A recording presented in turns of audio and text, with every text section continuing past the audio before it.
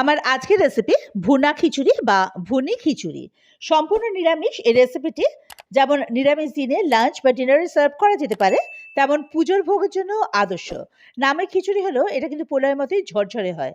আর উপকরণগুলো সঠিক মাপে নিলে এই খিচুড়ি রান্না করাও খুব সোজা আর খেতেও অপূর্ব লাগে। রেসিপিটা ভালো লাগলে অবশ্যই লাইক, শেয়ার, কমেন্ট করবেন আর আমার চ্যানেলটা সাবস্ক্রাইব করে আমার পাশে থাকার অনুরোধ রইল। তো চলুন শুরু করা যাক। এর জন্য আমি নিয়েছি ১২৫ গ্রাম গোবিন্দভোগ চাল আর নিয়েছি সোনা মুগ ডাল ১৫০ গ্রাম। মানে পরিমাণে এটা আমার সমান সমানই হয়েছে, ১ বাটি চাল আর ১ বাটি ডাল। আর নারকেল নিয়েছি আমি খুব কুচি করে হাফ কাপ। নারকেলটা খুব ছোট ছোট টুকরো করে নিয়েছি। এছাড়া কাজু বাদাম নিয়েছি ২৫ গ্রাম আর কিশমিশও ওরকম ২৫ গ্রাম মতো নিয়েছি।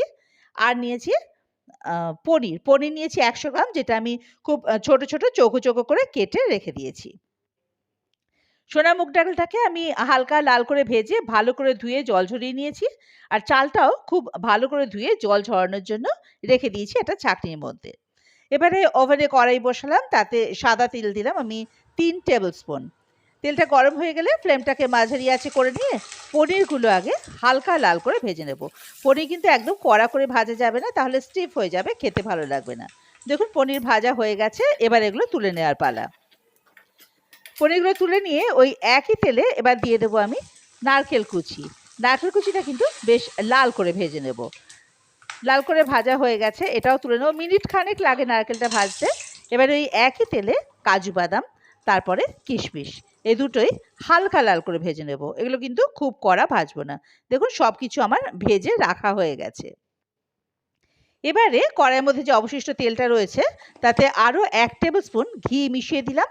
আর ফ্লেমটাকে মিডিয়ামে করে দিয়ে দিলাম একটা তেজপাতা, একটা শুকনো লঙ্কা, একটা ছোট দারচিনির টুকরো, ৩-৪টে লবঙ্গ আর ৩টে ছোট এলাচ। ছোট এলাচ কিন্তু ফাটিয়ে দিয়েছি। আর দিলাম জিরে গুঁড়ো হাফ টিস্পুন। সব কিছু একটু নাড়াচাড়া করে একটুখানি ভাজা ভাজা গন্ধ বেরোলে এই কয়েক সেকেন্ড মতো এর মধ্যে দিয়ে দেবো চালটা, যে গোবিন্দভোগ চালটা ধুইয়ে আমি জল ঝরিয়ে রেখেছি সেই চালটা দিয়ে দেবো। আর মিডিয়াম ফ্লেমে চালটা বেশ ভালো করে ভেজে নেব। চালটা ভাজতে আমার ৭-৮ মিনিট সময় লেগেছে। দেখুন ভাজাটা এরকম হবে। চালটা খুব ভালো করে ভাজা হয়ে গেলে এর মধ্যে এবারে যে ডালটা ভেজে ওটা ধুয়ে জল ঝরিয়ে রেখেছি সেই ডালটা দিয়ে দেবো এর মধ্যে। মিনিট খানেক ধরে চাল আর ডাল হাই ফ্লেমে খুব ভালো করে ভাজা ভাজা করে নেব। খুব ভালোভাবে ভাজা হয়ে গেছে।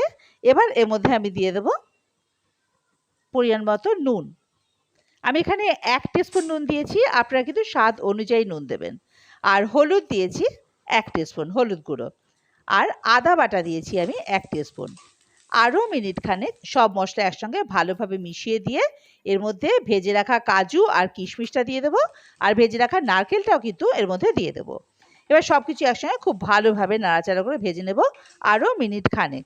ফ্লেমটা এখন কিন্তু হাইতে থাকবে।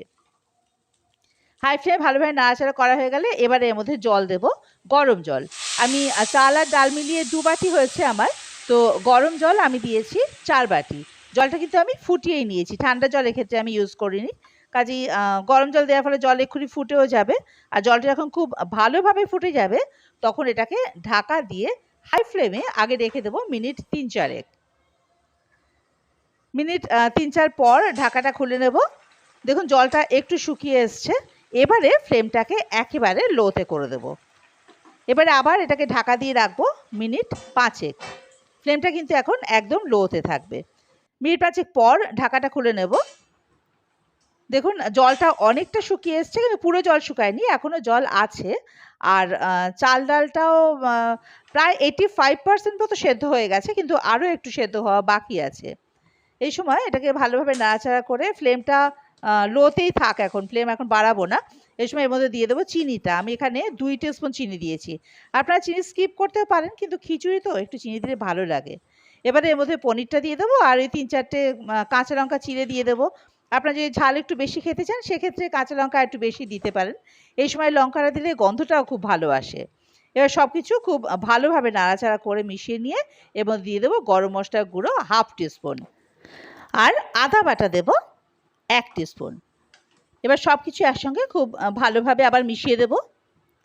মিনিট খানেক মতো ভালোভাবে মিশিয়ে দিয়ে আবার ঢাকা দিয়ে এটাকে মিনিট 5 জন্য রেখে দেবো ওই লো ফ্লেমেই।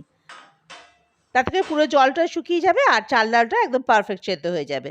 দেখুন মিনিট 5 পর ঢাকাটা খুলে নিলাম। এবারে একেবারে খুব ভালোভাবে আলতো হাতে কিন্তু চালগুলো নাড়তে হবে, নাহলে ভেঙে যাওয়ার সম্ভাবনা খুব বেশি। তো দেখুন, দেখে বুঝতেই পারছেন জল এখন একদম নেই, একদম ঝরঝরে হয়ে গেছে আমাদের খিচুড়িটা, আর চাল ডালও একদম পারফেক্ট সেদ্ধ হয়েছে।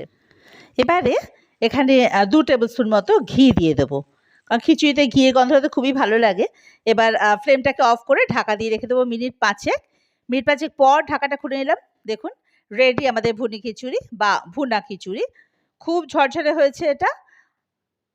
এবার এটাকে সার্ভিং প্লেটে নামিয়ে নেওয়া পালা, সার্ভ করে দেওয়া পালা। ওপর থেকে অল্প একটু নারকেল কোড়া ছড়িয়ে যে কোনো ভাজা দিয়ে গরম গরম সার্ভ করুন, খুব ভালো লাগবে। আর পুজোয় ভোগের জন্য তো আদর্শ এই ভুনে খিচুড়ি। সামনেই তো পুজো, সবাই খুব ভালো থাকুন, সুস্থ থাকুন, আর পুজো সবার খুব ভালো কাটুক। সবার জন্য রইল আমার আন্তরিক শুভেচ্ছা।